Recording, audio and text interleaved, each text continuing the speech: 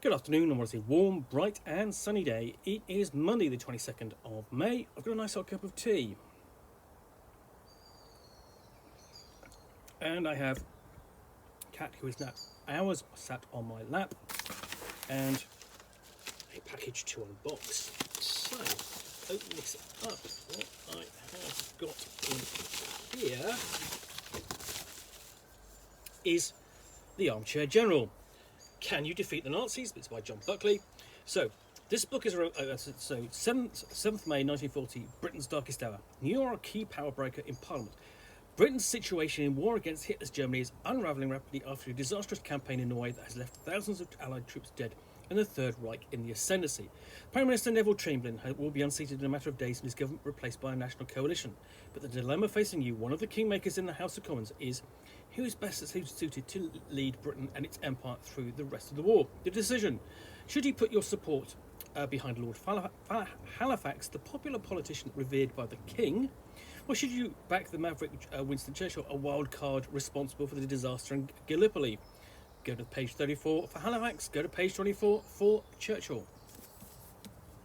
This is a solo history, it's a solo role-playing adventure about the history of World War II, with you in charge of the British political and military efforts to defeat the Nazis. It's probably, one of the, in terms of a fantasy role-playing adventure, or rather a historical role-playing adventure, one of the most toughest situations you think you'll ever come across, because if you think about your average fantasy role-playing adventure, really, yes, there's things at stake, okay? But then, because it's fantasy, it doesn't really amount to much. And ultimately, what's at stake is your life, okay? Is your character's life.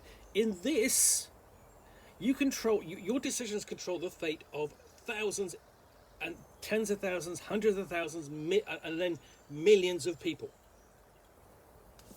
And that makes this a really challenging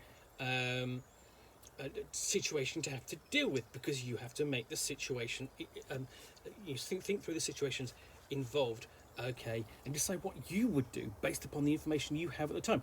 Now, of course, because it's a historical one, you've got all the information. You can go and find out, okay, when you reach this decision, or when this decision was reached, what was decided, okay, for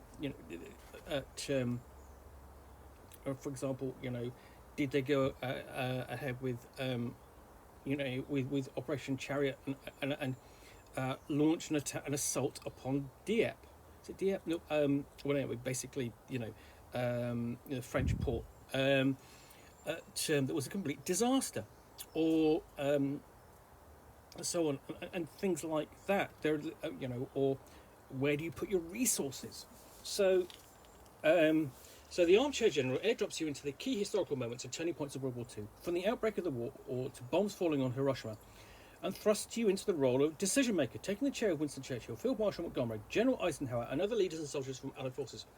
You will be primed with contemporary intelligence that real leaders would have been presented with during the war, including maps and secret dossiers. Once you've examined the evidence, you can shape a very different story. How far would you parachute behind enemy lines? Should you fight on or try to make peace? Will you send more troops in or hold them back? Do you wait or do you act? Each decision would take you to an alternative chapter in the book, and to either the truth or a different but highly plausible new reality. So this is actually written by a professor of military history, an expert on strategy and wargaming, enabling you to revisit the past in forensic and fascinating detail, so you can learn how every small action or inaction can create a whole different story. Will your decisions follow the same course as World War II, or will you create a new future? So there are, of course, this then is a what-if book, but you decide. So, for example, there are lots of what-if books. I mean, alternate histories. What if this decision had been taken during World War II? What would have happened then? And so on. But instead of sitting down and reading that volume of alternate history, this puts you at that key point And instead of the author of the essay taking you step by step by step, what would happen if this had happened instead of that happened, you get to decide. And I think that's really interesting and really different to what you would have thought of when you become, when you play a sort of like essentially a solo adventure fantasy role-playing game. Because, I mean, the format has been adapted. You know, the format is older than you think, goes back to the 70s and further back. And then it's really only become popular when you have the choose your own adventure books of, say, for example, the ones the systemless ones put out in the States, and then you've got the Tunnels and Trolls adventures, and then you've got Final Fighting Fantasy, of course, and then all the other iterations which have come along since in Fighting Fantasy's wake. But it's also been used for other things. Basically, there are a few comic books that have been done. It's things like, for example, there was a 2000 AD Fleetway published book called "Are You Margaret Thatcher?" But that was written for satirical purposes. So let's have a look through this anyway. This is to talk about this is for historical purposes. So the contents page. So we have and an introduction.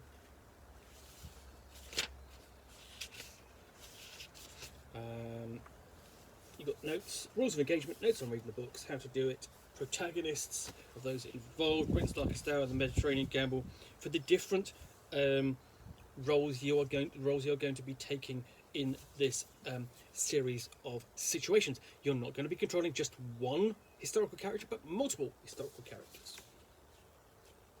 So, for example, at Britain's Darkest Hour, you are David Margesson, MP, Conservative Party's Chief Whip and Chamberlain's Enforcer of Discipline, General Hastings, Pug Ismay, Churchill's Trusted Military Advisor, Clement Attlee, Leader of the Labour Party, Samuel Hall, Foreign Secretary, Anthony Eden, Foreign Secretary, and so on, Alexander Cadogan, Permanent Under Secretary at the Foreign Office, Archie Sinclair, Secretary of State for Air. So they're the ones that you will be interacting with and dealing with as part of the, as a situation. And it's going to be doing the same again and again in each of these different situations.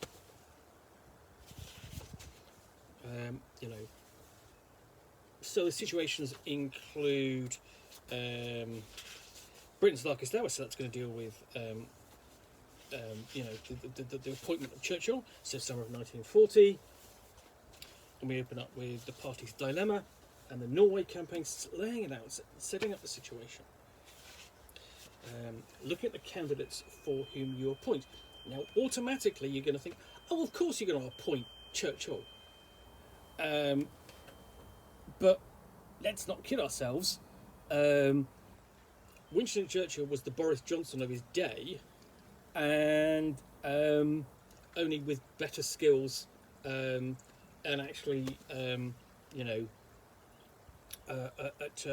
could hide from social media, because there was no social media.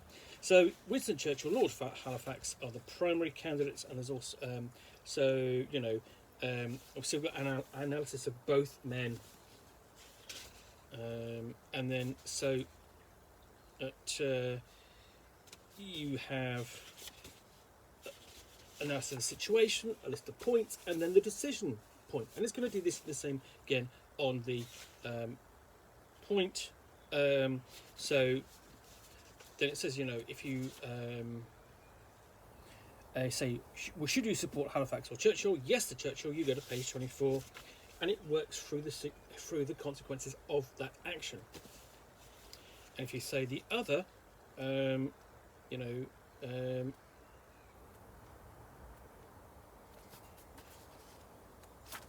go to page 34, and then you work for the consequential actions of appointing Halifax. So that's just one section. So and this is all organised section by section. So then we have like the Bomber offensive, strategy marathon on the road to Dresden, 1940-45. So how do you handle the air campaign against Germany, the bombing campaign? I'm just going to leaf through here because and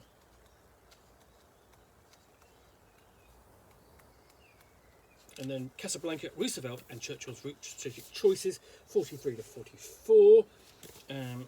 Just some of the situations you're going to be dealing with. Again, you've got that kind of analysis and explanation. And, you know, with the Sade memoirs, and then next, you know, Race to the Rhine, Arnhem and Operation Market Garden. And so the thing is, what's interesting here is you've got multiple avenues in each situation.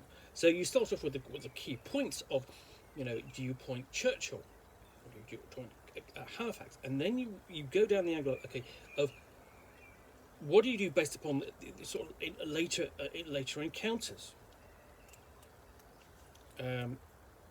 So yeah, it's really going to be interesting to work out. So, for example, Race to the Rhine, Arnhem Operation Garden was not a success. So, the thing is, your natural inclination is to go, let's go against that. Let's find out what happens.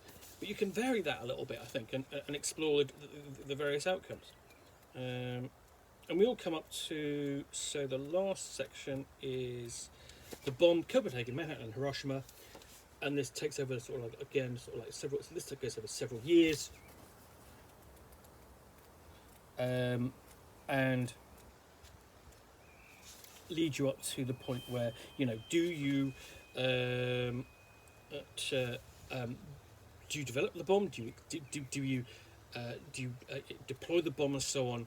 And what are the consequences if you do? What are the consequences if you don't? So, and then of course, at the end we've got references, permissions for images and so on. So that's Armchair General, and I think this is going to be interesting to read if you're primarily because if you're interested at all in military history. But if you're interested in, you do solo role-playing games, and I think you're going to take an interest in this to see applied to real world history, which you don't often get in that really in those kind of games. And I think this will be interesting and sort of like strange, sort of slightly educational as well. You know, to explore, you know, another trouser leg of time, as it were. So yeah, Armchair General: Can You Defeat the Nazis by John Buckley. This is going to be interesting. Book to essentially role play through and read through. You know, if you've got, it's another useful addition to your shelf of, or interesting addition to your shelf of what if alternate history books. Anyway, I hope you've enjoyed this unboxing in the Nook. If you have, do please click on the like button down below. And of course, if you've got any comments or feedback, I do appreciate you taking the time to post those. And lastly, if you want to be alerted to get more unboxings in the Nook, where you will see me out here with a package containing a book or game, which I'll unbox and chat about to the best extent of my knowledge for roughly 10 minutes or so, all of course accompanied by a nice hot cup of tea.